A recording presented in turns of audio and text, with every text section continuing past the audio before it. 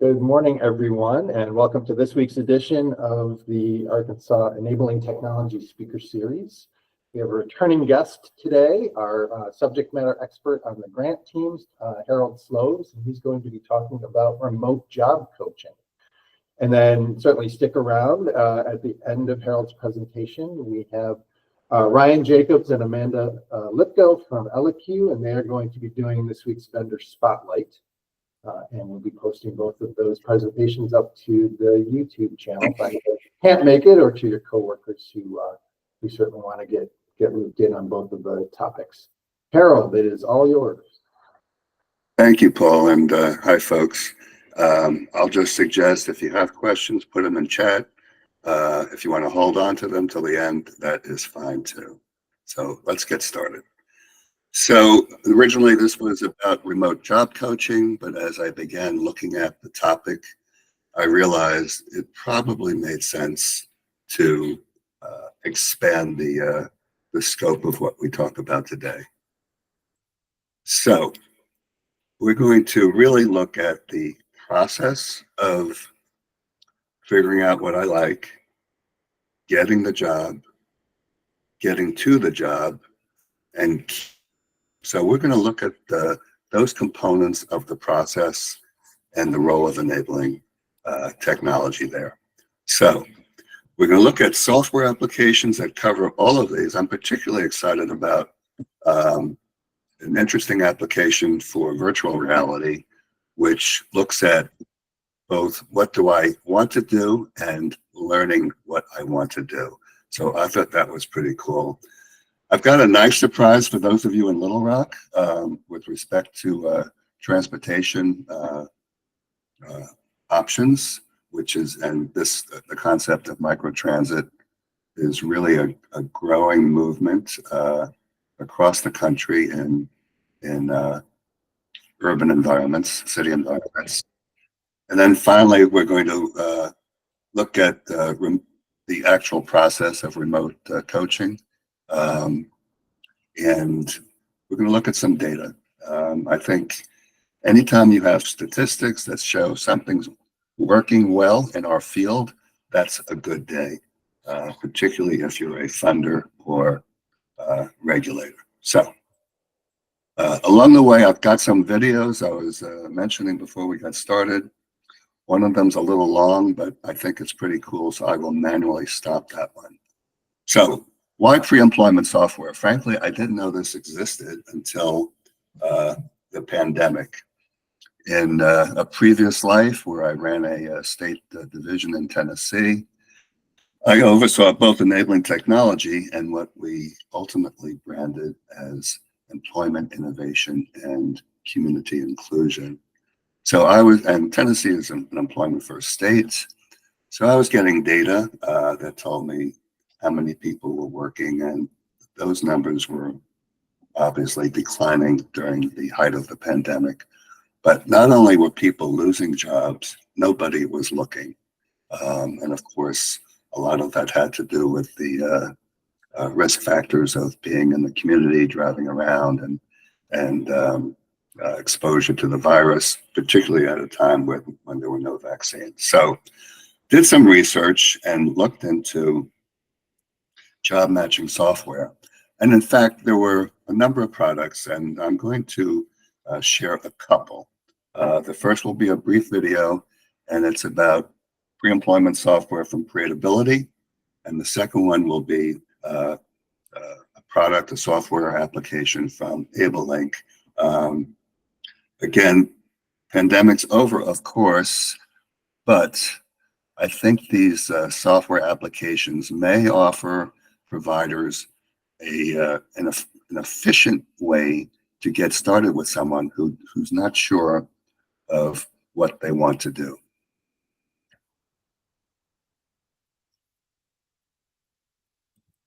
Okay, here we go.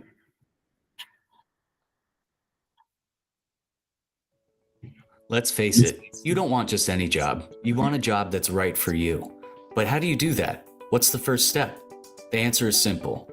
Your job hunt should begin with exploring what makes you uniquely you. Whether you've held a job in the past or you're just starting your career, Creatability's Employment Pathfinder offers a fun and simple way to explore different careers and discover a job that's just right for you. Here's how it works and why other people have chosen Employment Pathfinder as the app they want to use. First, you can do it all by yourself. Using the Employment Pathfinder app, you can take a fun and easy assessment that will explore your personal interests and identify what types of tasks you might enjoy and those you don't like to do. Then, Employment Pathfinder will take these discoveries and determine what job fields will be best for you. You can dig into videos that demonstrate what the job selected for you will look like in a real work setting. Here's some examples.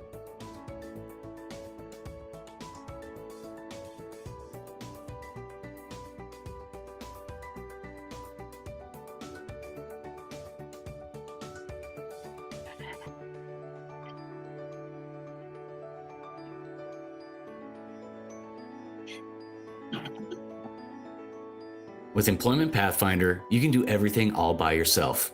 After each short video, you'll simply tell us if this is something you'd like to do or not. Next, we'll ask you some questions that'll help give you an idea about some of the things you'll need to be able to do in each of these jobs. This will give us an idea of how much help and support you might need in getting started. Finally, your job coach can weigh in on their thoughts, and together, we can create a plan that will help you be successful. Employment Pathfinder is one of several solutions Creatability's employment suite that helps people like you work confidently and lead productive and satisfying lives. If you like what you saw here, tell your staff members that you'd like to use Employment Pathfinder. Best wishes on your career journey. Okay.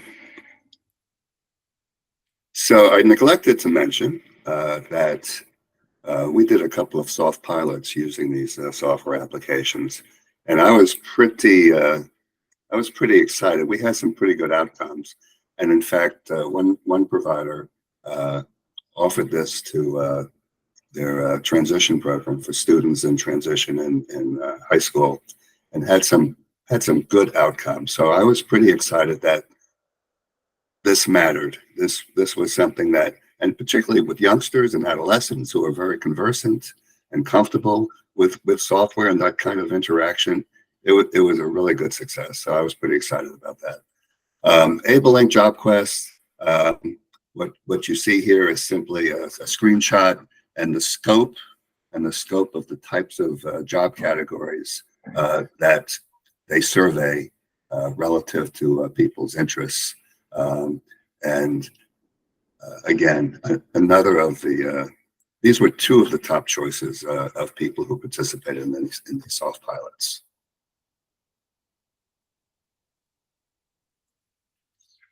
This is the video that I am going to cut short, but I was really intrigued by it. It's from Easter Seals Midwest, and what I really was captured by was the scope that they're using virtual reality to help people figure out what they want to do, but then also the next step to learn the specific skills of that preferred occupational choice. So this is a good one, I think. So let's take a look. I'm going to stop it manually.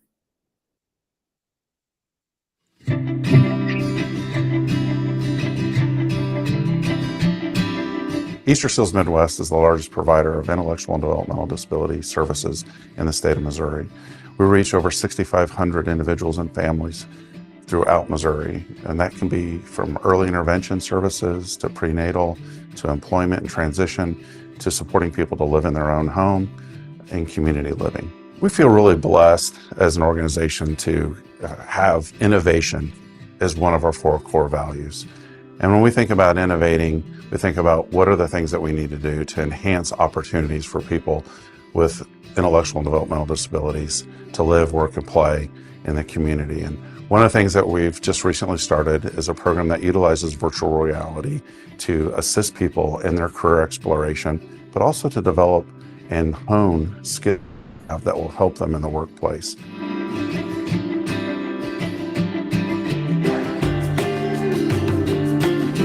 The VR program is designed to have both career exploration and training opportunities in a variety of industries that may be more difficult for the people we serve to get into. A lot of machining, manufacturing, those types of roles, which just due to liability, safety, etc., we're not always able to get folks into those places to volunteer, intern, or even just observe and see if that would be a career of interest. So the headset is designed that someone can wear it, use a module to both see that in action, as well as actually provide training in how to complete the different steps for these various trade industries.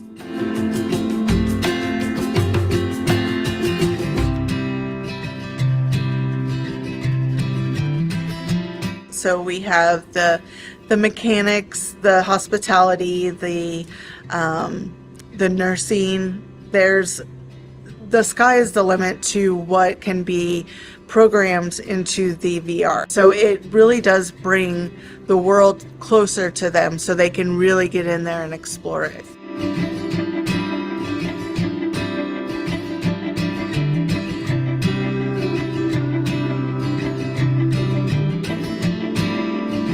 I think that it would be helpful to everyone who wants to try new jobs out that they probably can't try out in the real world. The VR headset has many different benefits. I think first, the individuals that we're working with, it meets them where they're at, meaning we are working with a generation that has been raised with technology and raised with using devices like this. And so as soon as they see the device, it's comfort to them, it's exciting to them, and so immediately they're engaged in the activity. Once the engagement happens, the learning process goes smoothly, and they get to explore in a place that they're comfortable in.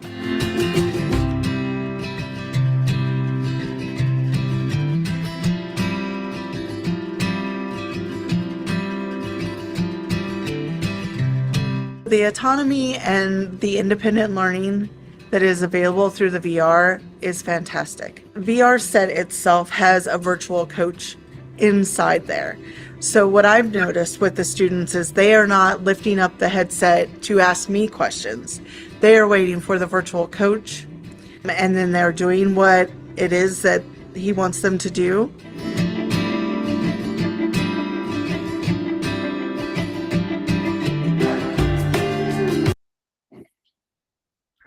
All right. One of the aspects of what you just saw, you may have seen something that said gold level or something like that. These VR systems also collect data, so an individual knows how they're progressing, the coach knows how they're progressing, and mastering different skills. So I find it really fascinating in terms of the possibilities with virtual reality. Okay, so people know what they want to do. They get the job, and now they have to get there. Again, back in the day when I was working with the state of Tennessee, we created a program called MAPS. The acronym is Medicaid Alternative Pathways. It was specifically for students in transition, those who had recently graduated. And so it was a program, and it was state funded, designed to give people the technology supports that they needed to remain independent and not get what I call waiverized and get into a Medicaid system, which inadvertently often creates a trajectory of dependence on others. So what you're going to see is an aspect of it. This is what's called Wayfinder technology. Essentially,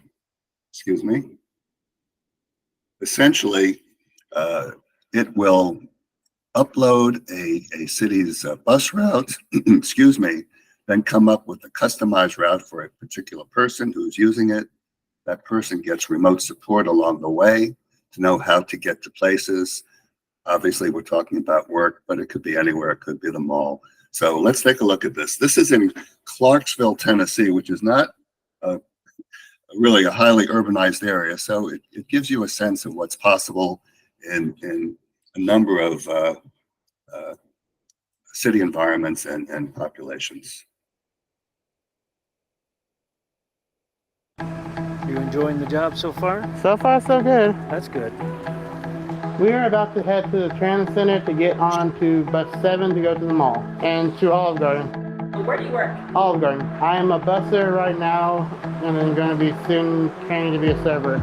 So I think that these routes definitely help me a lot because now I know what bus to get on, what bus to get off at, where to get off at. That helps me get to where I need to go. Working with Anthony's been, right from the beginning, he's been motivated to get out and get that freedom and go to the places that he likes to go without having to worry and wait. He doesn't want to have to rely on someone. The only time he can go somewhere is if someone will take him. So this right here really opens all that up. So as soon as he leaves his house, he can open the app and it tells him step-by-step instructions on what to do to get to the place that he's going. Right on the Fort Campbell Boulevard. This is just an app that we can download on their phones that helps them become more independent. Wherever it is that they would like to go, we make a route for them that's along the transit center and they can go to it. If they go off route or anything like that, you know, we'll send a little notification saying they're off route and you can call them and say, why are you off route? They might have just got off at the wrong stop and you can tell them, okay, wait, turn around, go back to the bus stop and get back on the bus. It won't be much longer. It's easy when you get the hang of it. It'll help you get to where you need to be. It's helpful because if you want to go to the mall, but you don't know exactly where the mall is, you have a route that says how long the ride's going to be, what bus you get on, and you get on bus 7. You look for a bus that says Governor Square Mall and where you need to get off at. You get to where you need to go. The transportation system here in Clarksville was involved early. Drivers have been more than helpful anytime we had any questions going and verifying routes. And we have 3 other clients that are going to be using it also. Anthony's doing great. He's really catched on pretty fast. We've talked, you know, as we ride the routes and stuff like that, and he seems to really enjoy it.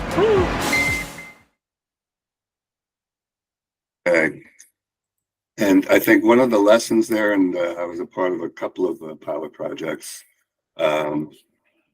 is that it does take a number of parties to make this work, whether it's the bus system, travel trainer, job coach. It is a collaborative effort.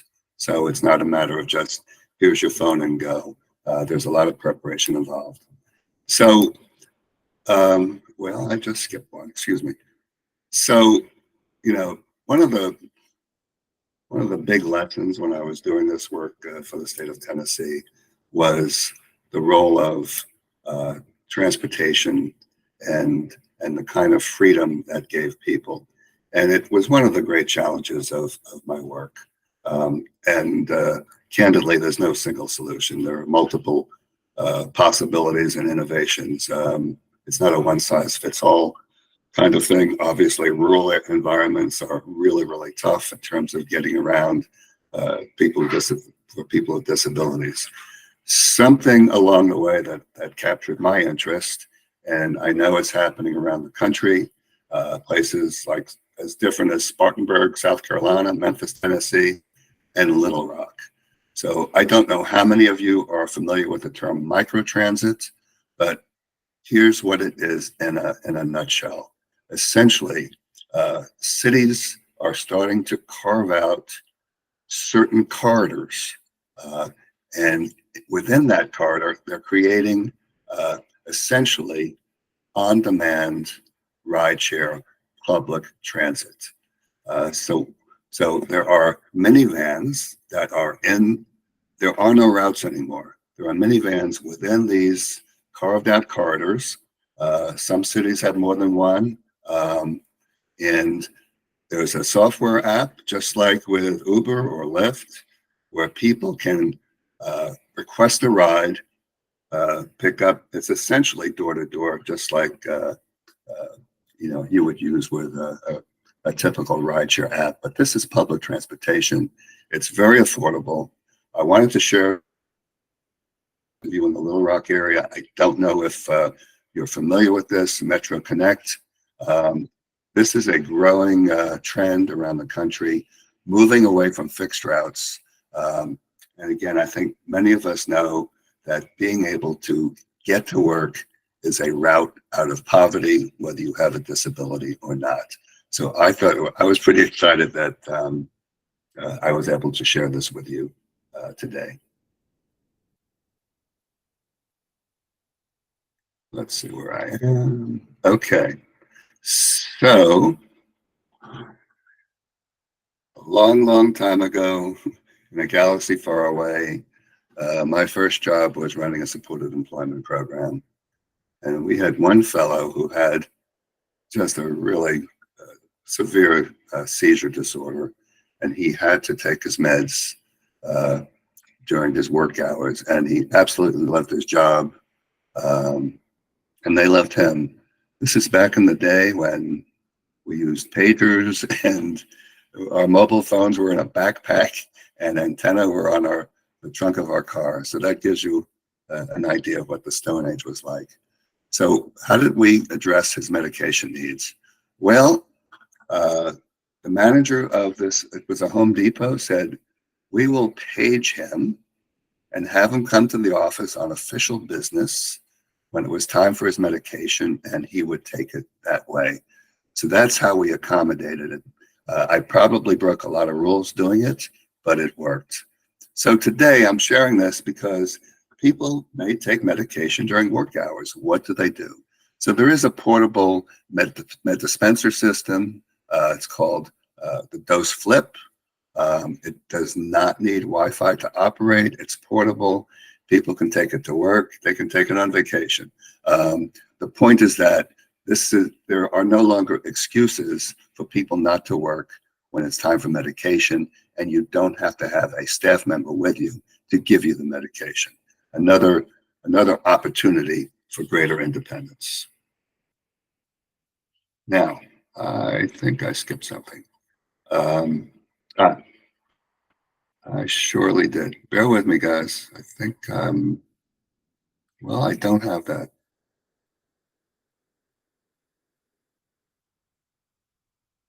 All right, we're going to talk about remote job coaching.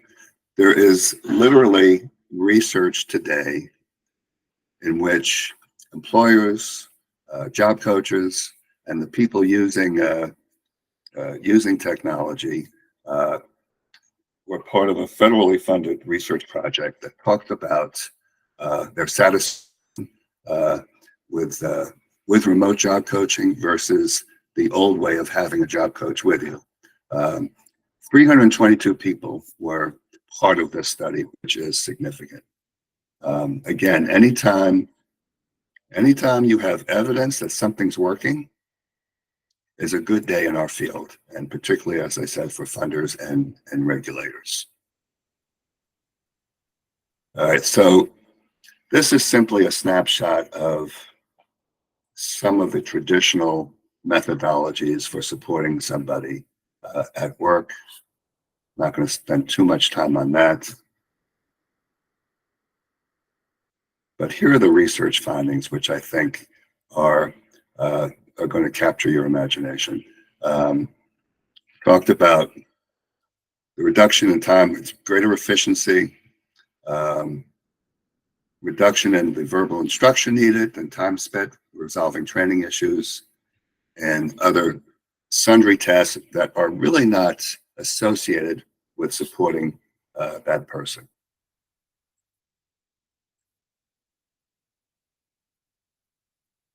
So here's what I believe is the essence of this research study.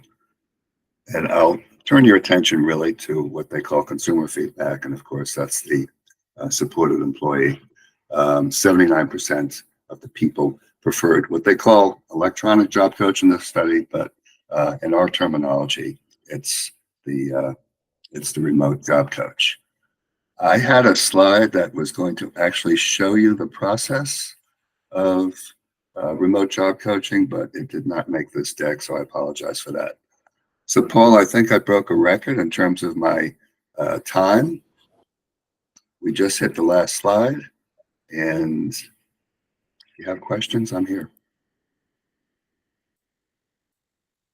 Yeah, does anyone have questions for Harold on his presentation?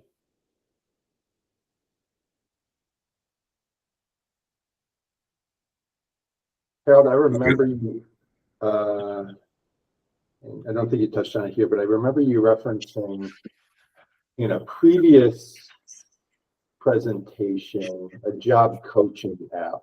And I might be mixing you up with somebody else. I don't know if that rings a bell to you at all, but type of app that would walk somebody through step by step on their job. Yeah, that was, yeah, I didn't include that because that wasn't specifically remote support. Gotcha. Okay, it was a software application that is programmed, and it goes through various tasks of a particular job.